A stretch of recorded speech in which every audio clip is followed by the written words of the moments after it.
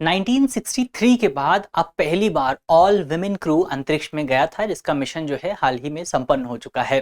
तो ये जाहिर तौर पर इंसानी सिविलाइजेशन के लिए, मानव सभ्यता के लिए एक इम्पॉर्टेंट उपलब्धि रही है।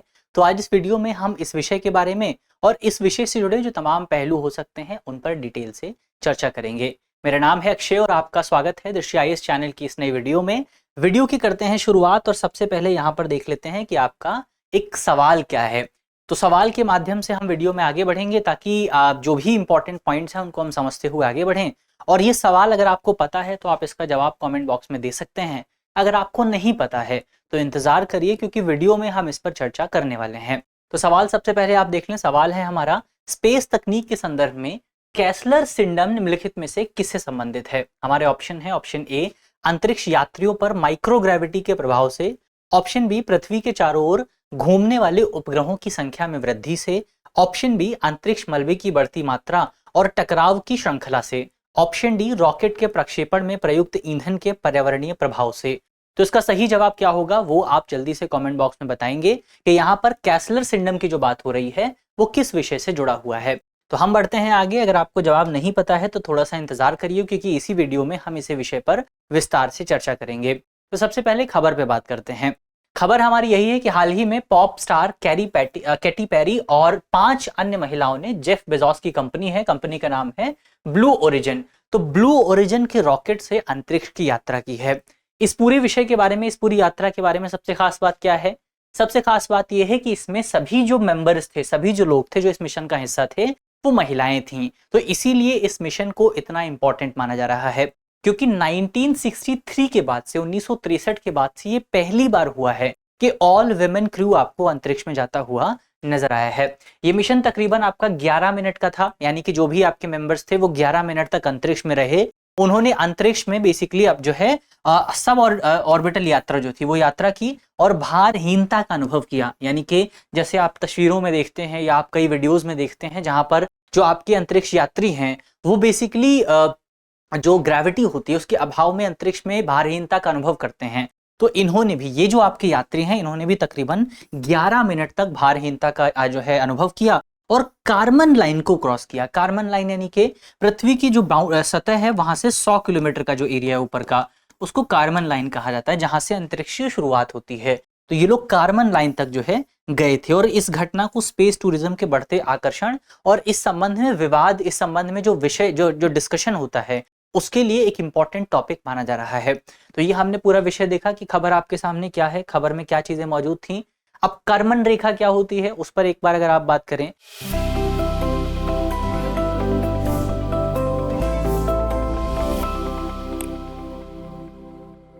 तो कर्मन लाइन जो है ये पृथ्वी की सतह से 100 किलोमीटर ऊपर वाला एरिया है, जिसे अंतर्राष्ट्रीय स्तर पर जो हमारी बाउंड्री है, हमारी पृथ्वी की जो बाउंड्री है उसके तौर पर स्वीकार किया जाता है, या ये माना जाता है कि इस जगह से अंतरिक्ष की शुरुआत होती है। इसको आप अंतरिक्ष के गेट के तौर पर भी कह सकते हैं। यानी कि ये हमारी पृथ्वी है, इस पृथ्वी सी सतह से 100 किलोमीटर का जो एरिया है ये है आपका कर्मन लाइन।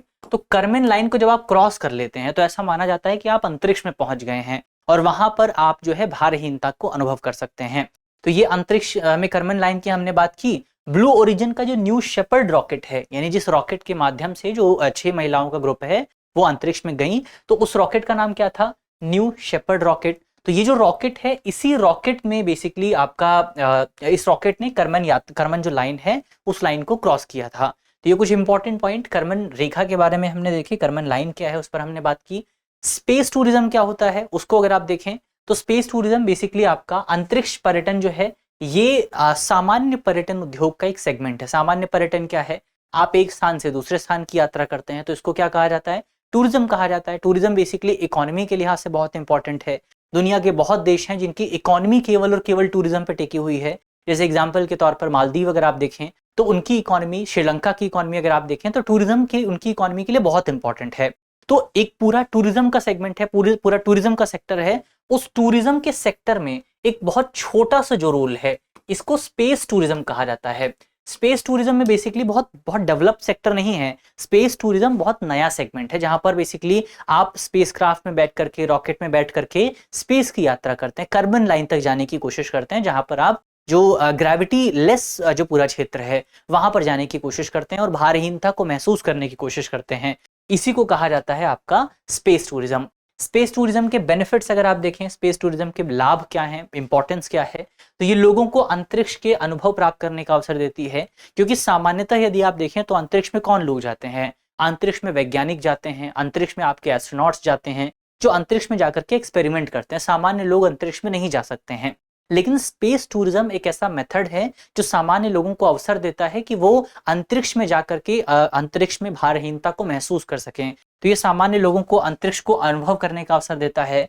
ये वैज्ञानिक प्रयोग के एक मंच के तौर पे काम करता है जहां पर अलग अलग तरीके के एक्सपेरिमेंट किए जा सकते हैं। जैसे आप माइक्रोग्रेविटी में एक्सपेरिमेंट कर सकते हैं। माइक्रोग्रेविटी में जैविक और आपके जो भौतिक परीक्षण है, जो फिजिकल टेस्ट हैं, वो आपके अंतरिक्ष में किए जा सकते हैं। स्पेस सेक्टर से निवेश और रोजगार के अवसर भी पैदा होते हैं। स्पेस इंडस्ट्री डेवलप होती है तो इकोनॉमी बढ़ती है, लोगों को रोजगार मिलता है, आपकी जीडीपी बढ़ती है। तो ये कुछ बेनिफिट आपको स्पेस टूरिज्म से देखने को मिलते हैं।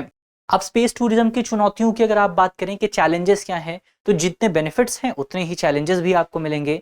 जैसे सबसे पहले चैलेंज ये है कि ये एक्सेसिबिलिटी इसकी बहुत ज्यादा नहीं होती है। क्योंकि अगर आप देखें तो स्पेस टूरिज्म ऐसा नहीं है कि आपको रिक्शे में बैठकर कहीं जाना है जिसका किराया 10 रुपए है। स्पेस टूरिज्म बहुत महंगा होता है और इसीलिए कहा जाता है कि दुनिया के अमीर लोग ही स्पेस टूरिज्म को अफोर्ड कर सकते हैं।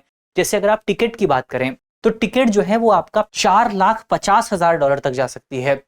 तो ये अमाउंट बहुत बड़ा अमाउंट है और किसी सामान्य व्यक्ति के लिए, आप सामान्य व्यक्ति भी छोड़िए, किसी अपर मिडिल क्लास व्यक्ति के लिए भी इतने पैसे अफोर्ड करना लगभग इम्पॉसिबल होता है। कोई बहुत सुपर रिच इंसान जो है वही इतने पैसे अफोर्ड कर सकता है। तो ये क्या करता है, आप इसको स्पेस डिवाइड का कॉन्सेप्ट कह सकते हैं। स्पेस डिवाइड का यानी कि बेसिकली कुछ लोग जो हैं वो दुनिया में स्पेस टूरिज्म को एक्सपीरियंस कर सकते हैं क्योंकि उनके पास पैसे मौजूद हैं। कुछ लोग या अधिकांश लोग जो हैं वो स्पेस टूरिज्म को एक्सपीरियंस नहीं कर सकते क्योंकि उनके पास पैसे ही नहीं हैं। तो एक तो ये जो है आपका स्पेस डिवाइड को जन्म देता है, केवल अमीर लोग ही यात्रा कर सकते हैं। दूसरा, नवाचार की बहुत कमी आपको देखने को मिली है। स्पेस टूरिज्म बहुत लंबे समय से किया जा रहा है, ऐसा नहीं है कि कल परसों इसकी शुरुआत हुई थी। स्पेस टूरिज्म को बहुत साल बीत चुके हैं, लेकिन इसके बावजूद भी कोई नया एक्सपेरिमेंट, कोई नया नवाचार अभी तक आपको स्पेस टूरिज्म से निकलता हुआ नजर नहीं आया है। अधिकांश जो एक्सपेरिमेंट, अधिकांश जो रिजल्ट आते हैं वो एस्ट्रोनॉट्स करते हैं, वो वैज्ञानिक करते हैं। स्पेस टूरिज्म में इतना कोई बड़ा एक्सपेरिमेंट आपको देखने को अभी तक नहीं मिला है।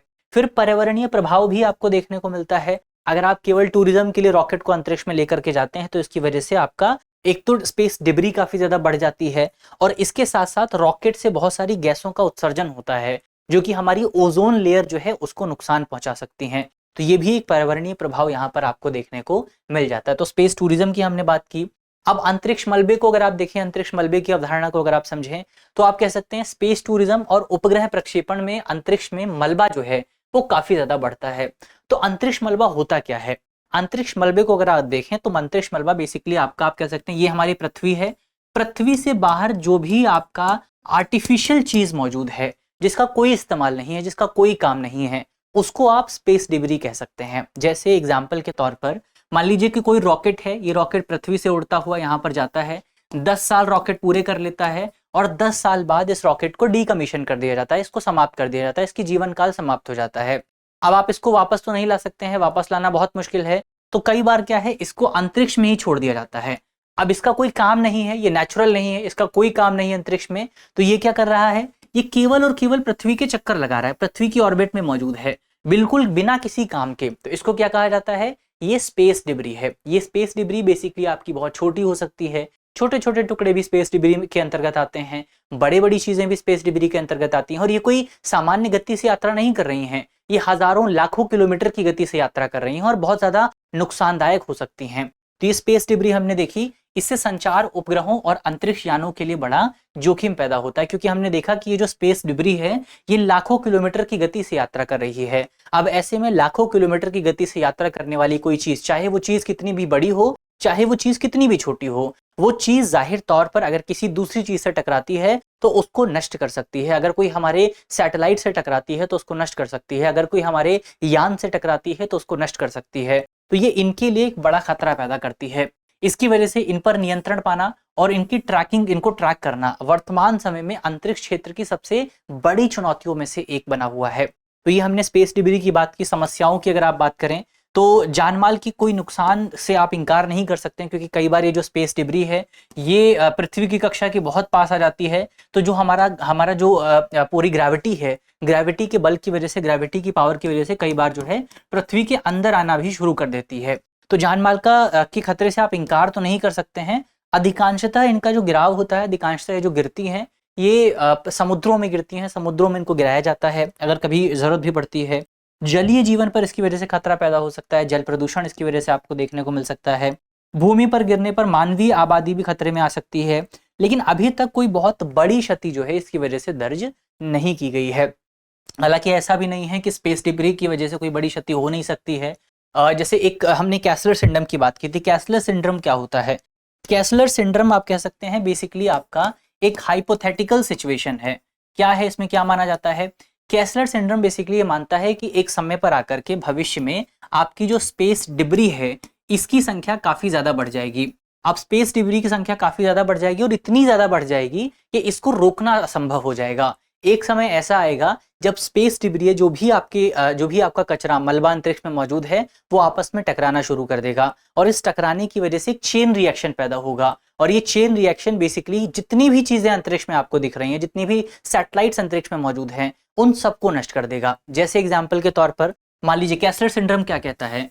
कैसलर सिंड्रोम एक चेन रिएक्शन की बात करता है। एक आपकी स्पेस डिब्री है, ये एक स्पेस डिब्री से जाकर के टकराती है, एक स्पेस डिब्री है ये इससे जाकर के टकराती है, इसकी वजह से दो स्पेस डिब्री पैदा होती हैं। ये दो स्पेस डिब्री पैदा हुई, ये दोनों आपस में जाकर किसी और से टकराती हैं, चार स्पेस डिब्री पैदा होती हैं। ये चारों जाकर के आगे किसी और से टकराती हैं और स्पेस डिब्री पैदा होती हैं, और आगे आपस में टकराव होता है और स्पेस डिब्री पैदा होते हैं। और इस तरह से ये जो पूरा एक से शुरुआत जो हुई थी वो चेन रिएक्शन की तरह आगे बढ़ते हुए हर चीज को नष्ट कर देगा। इसको कहा जाता है कैसलर सिंड्रोम।